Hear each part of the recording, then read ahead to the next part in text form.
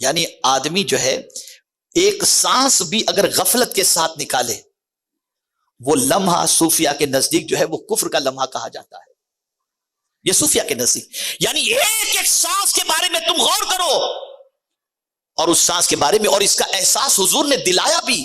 رسول اعظم صلی اللہ علیہ وسلم فرماتے ہیں جو سانس میری اندر جاتی ہے وہ سانس واپس لوٹے گی یا نہیں لوٹے گی یہ کوئی نہیں جانتا. ایک ایک سانس کی قیمت بتائی گئی. اور یہاں رات کی رات ختم ہو جاتی ہے، دن کے دن ختم ہو جاتے ہیں، سال کے سال ختم ہو جاتے ہیں، انسان کو کوئی فرق نہیں پڑتا. تو پہلی چیز اپنی صحت کے بارے میں غور کرو. پہلے خراب تھی، اب درست کرو. کیسے درست ہوگی اس کے بارے میں غور کرو. کیا کھانا چاہیے، کیا نہیں کھانا چاہیے، کس سے پرہیز کرنا چاہیے، کون سی چیزیں کھانا چاہیے، اس کے بارے میں غور کرو. اور اپنی صحت کو بہترین صحت بنانے کے لیے کوشش کرو. اس لیے کہ قرآن کے اندر بھی ہے کہ حضرت طالوت کے بارے میں جو کہا گیا تو قرآن نے کہا وزادہ بسطۃ فی العلم والجسم، وہاں بھی جسم کی بات آئی.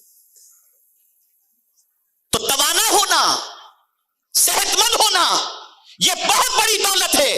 خود حضور دعا کرتے تھے اللہم انی اعوذ بک من العجز والکسل، سستی سے حضور پناہ مانگتے تھے. تو پہلی چیز اپنی فٹنس پر، یہ نہیں آپ جم میں جا کر کے سب کچھ کریں، کھانے پینے پر احتیاط کریں، ایسی چیزوں کا استعمال کریں جس کی وجہ سے آپ کی صحت خراب نہ ہو. اسی لیے قرآن نے کہا وَلَا تُلْقُوا بِأَيْدِيكُمْ إِلَى التَّهْلُكَةِ. اب میں ان بندوں سے پوچھنا چاہتا ہوں جو گٹکھا کھاتے ہیں، جو تمباکو استعمال کرتے ہیں، جو سگریٹ پیتے ہیں، جو ڈرگس لیتے ہیں، انسٹالمنٹ کے اندر مرنے کا سامان وہ تیار کرتے ہوئے نظر آتے ہیں، اور گٹکھا کھانے والا منہ کے کینسر کے اندر گرفتار ہو جاتا ہے. چھوڑ دو ان ساری چیزوں کو. اگر بہترین انسان بننا ہے تو پہلی ٹپ یہ ہے صحت کے بارے میں خیال کرو. میرے پیارے آقا صلی اللہ علیہ وسلم کے پیارے دیوانوں، دوسری چیز انٹلیکٹ، اپنی فکری صلاحیتوں کے بارے میں اور علمی صلاحیتوں کے بارے میں سوچو.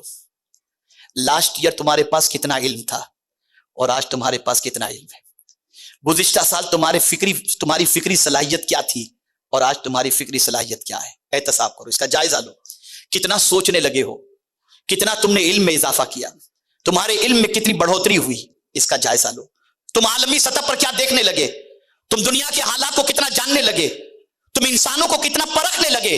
یہ ساری چیزوں کی صلاحیت یہ انٹلیکٹ ہے.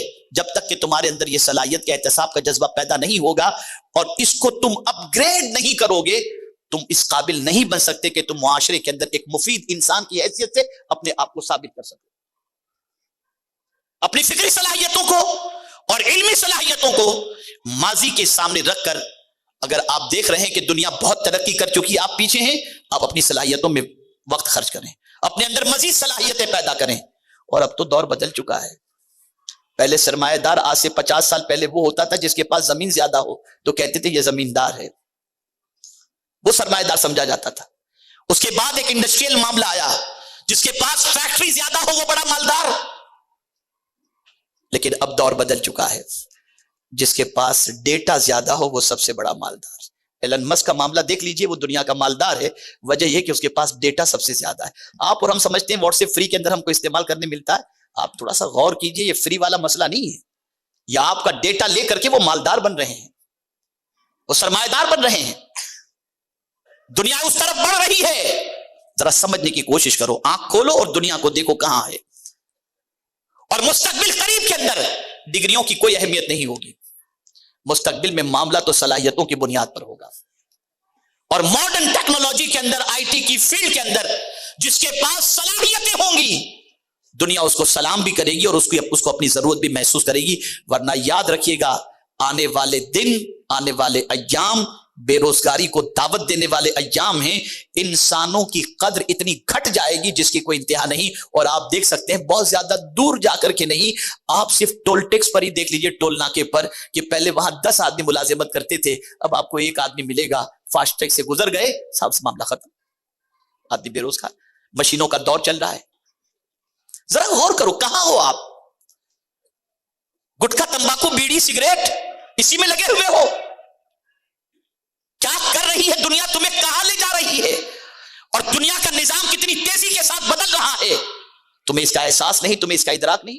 سوچو، انٹلیکٹ، اپنی فکری صلاحیتوں کو مضبوط کرو، اپنی علمی صلاحیتوں کو مضبوط کرو. پہلے کچھ نہیں آتا تھا، اب آگے بہت کچھ سیکھنے کے لیے وقت نکالو. اور یہ نہ سمجھ لو کہ ہم نے بہت کچھ سیکھ لیا، اب ہمیں سیکھنے کی ضرورت نہیں. اگر کمپلیٹ علم آپ کے پاس ہو جاتا، آ جاتا، تو کبھی حضور یہ نہ فرماتے کہ ماں کی گود سے لے کر قبر کی گود تک علم حاصل کرو. حضرت امام ابو یوسف رضی اللہ تعالی عنہ بستر مرگ پر تھے، روح جسم سے نکلنے کے قریب تھی کہ ان کے معاصرین میں سے ایک بزرگ تشریف لائے مزاج پرسش کے لیے. کہا ابو یوسف کیسے ہو؟ بیماری کا عالم یہ ہے کہ بستر مرگ پر ہیں. تو جیسے تیسے اپنے آپ کو سنبھالا اور کہا حضور میں تو خیریت سے ہوں، یہ بتائیے کہ رمی جمار سواری پر افضل ہے یا زمین پر کھڑے رہ کر؟ وہ بزرگ فرماتے ہیں ابو یوسف تمہاری حالت تکرار کی نہیں ہے، مذاکرے کی نہیں ہے، اتنے کمزور ہو چکے ہو، اس کے بعد بھی تم علمی مذاکرہ کر رہے ہو.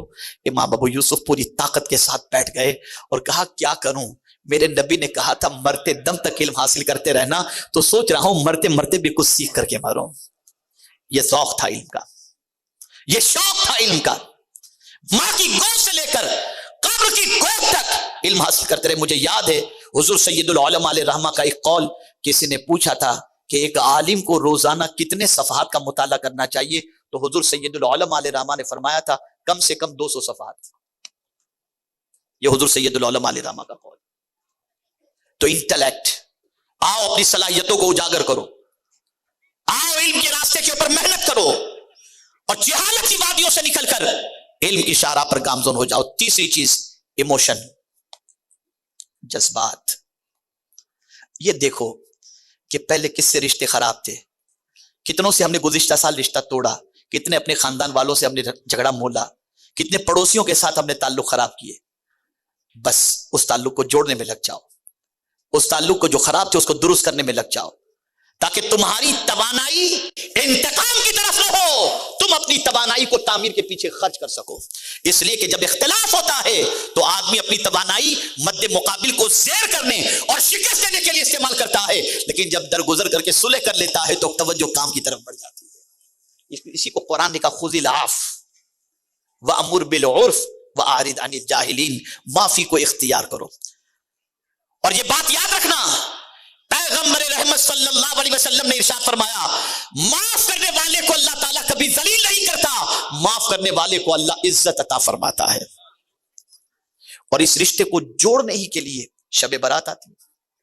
آپ ذرا سوچو، بنی کلب کی بکریوں کے بالوں کی تعداد کے برابر جس یا اس سے زیادہ جن لوگوں کی اللہ شب برات میں مغفرت فرماتا ہے، اس رات کینہ رکھنے والے کی مغفرت نہیں فرماتا جب تک کہ وہ آپس میں صلح نہ کر لیں. اسلام جوڑنے کے لیے آیا، توڑنے کے لیے نہیں. ایک مومن دوسرے مومن کے ساتھ صلح کر لے. اعلی حضرت عظیم البرکت امام عشق و محبت کے حوالے سے حضور صدر الشریعہ علیہ رحمہ فرماتے ہیں کہ 14 شعبان کے آنے سے پہلے اعلی حضرت لوگوں کو اپنے گھروں پر بلاتے اور فرماتے تم ایک دوسرے کو معاف کرو تاکہ خدا تم کو معاف فرمائے. یہ امام عشق و محبت کا طرز عمل تھا. اور یہ بھی سن لو، اگر کوئی معافی مانگنے آئے اور سامنے والا اکڑ جائے تو اکڑنے والے کو یہ بات ذہن میں رکھنی چاہیے کہ پیغمبر رحمت صلی اللہ علیہ وسلم نے فرمایا معاف نہ کرنے والا شخص کل بروز قیامت میرے حوض کوثر پر نہ آئے. اگر دینی معاملہ نہیں ہے، دنیاوی معاملہ درگزر کرو، لیٹ گو کرو، معاف کرو. تو تیسری چیز ہے ایموشن، جذبات، تعلقات، اس کو درست کرو. آپ کے اگر کسی سے خراب تو اس کو درست کر لو. اور چوتھی چیز ہے اسپریچولیٹی، روحانیت. ایک انسان کو اچھا انسان بننے کے لیے، ایک جوان کو بہترین نوجوان بننے کے لیے یہ 4 چیزیں اس کی زندگی میں ضروری ہیں. میرے پیارے آقا صلی اللہ علیہ وسلم کے پیارے دیوانوں، روحانیت سے مراد کیا ہے؟ تصوف سے مراد کیا ہے؟ کیا صرف نماز، روزہ، حج و زکات؟ تو ایک جملے میں اس کا جواب دے دو، ایک جملے میں، اور وہ جملہ ہے ہمیشہ یہ غور کرو پرپز آف کریشن کہ اللہ نے ہم کو کیوں پیدا کیا ہے. بس ہمارے وجود، ہماری تخلیق کا مقصد کیا ہے؟